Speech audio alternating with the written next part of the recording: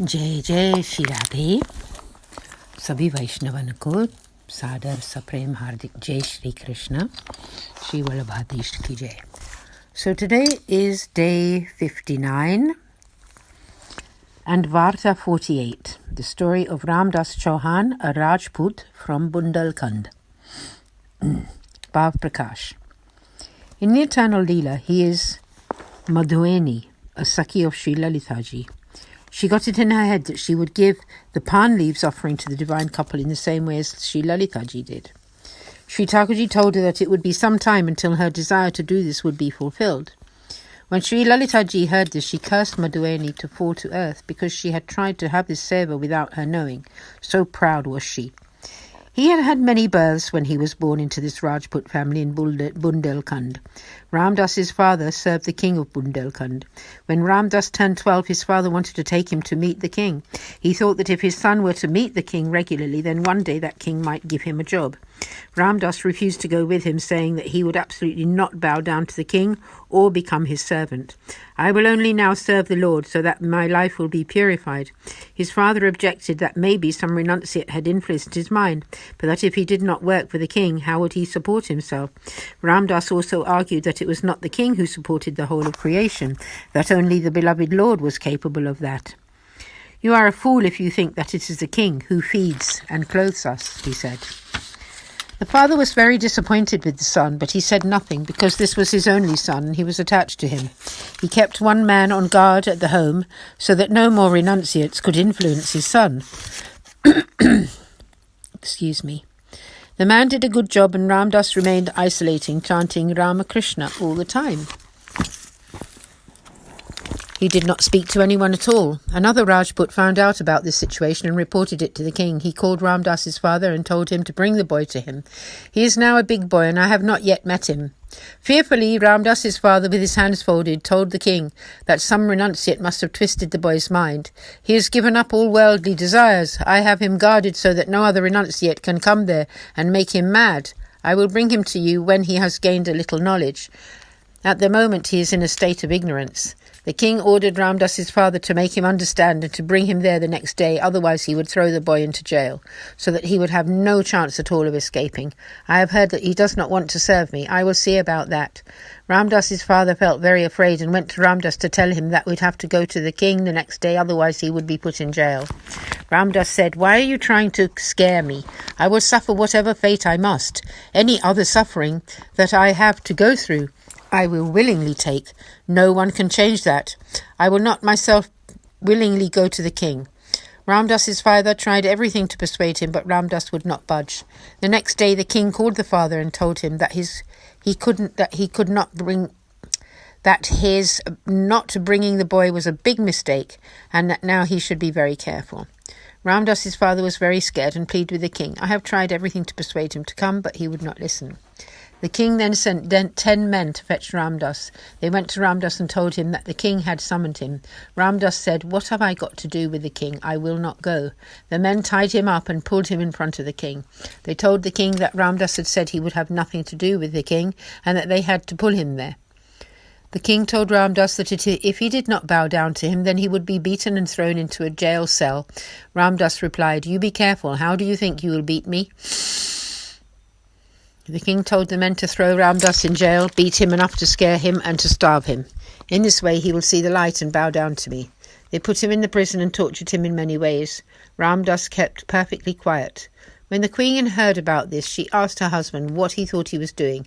"So what if a 12-year-old boy does not want to bow down to you? You have given him too much suffering. This is not good. We will probably suffer some bad fate for doing this.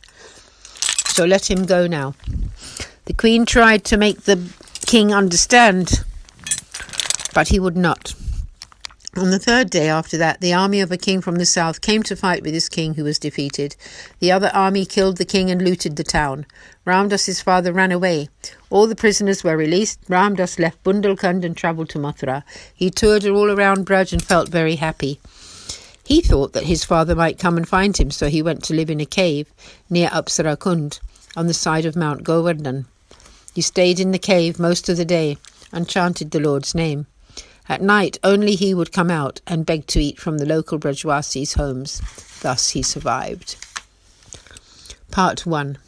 When Srinathji first appeared to Sri Acharyaji, at that time he had a little rough temple with a thatched roof constructed, in which he established Srinathji's worship.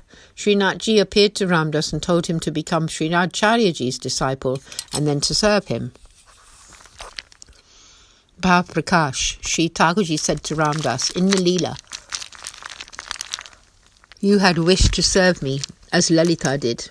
I told you that this might happen after some time. This is the time for your wish to come true. This is the time for you to serve me. Part 1 continued.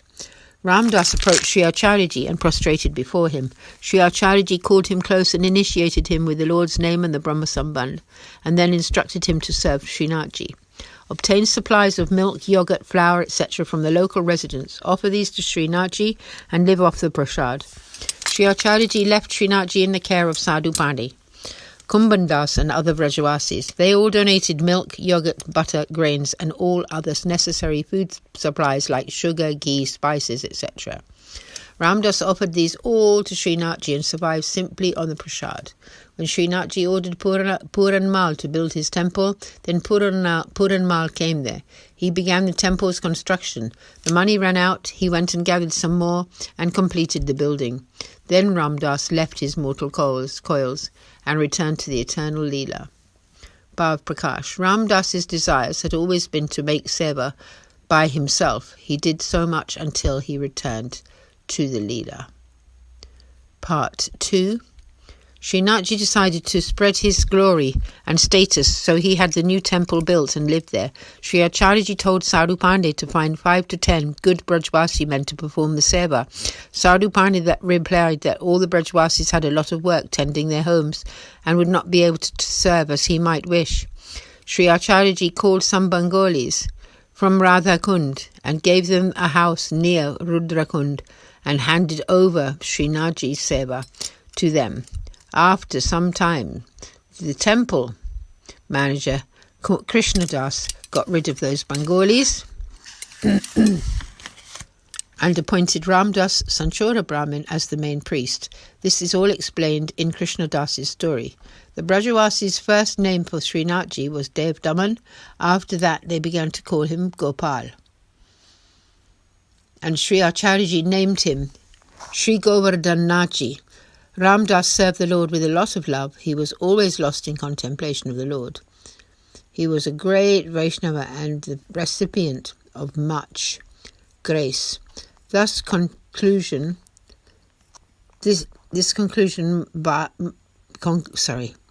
Varta 48, the story of Ramdas Chauhan, a Rajput from Bundelkhand, although there is really no end to his tail. Aj ke Anand ki jai, jai jai Shri Radhe Shri Vallabhaji ke jai. Thus concludes Varta 48, the story of Ramdas Chauhan, a Rajput from Sri Surat, from Bundelkhand, although there is really no end to his tail.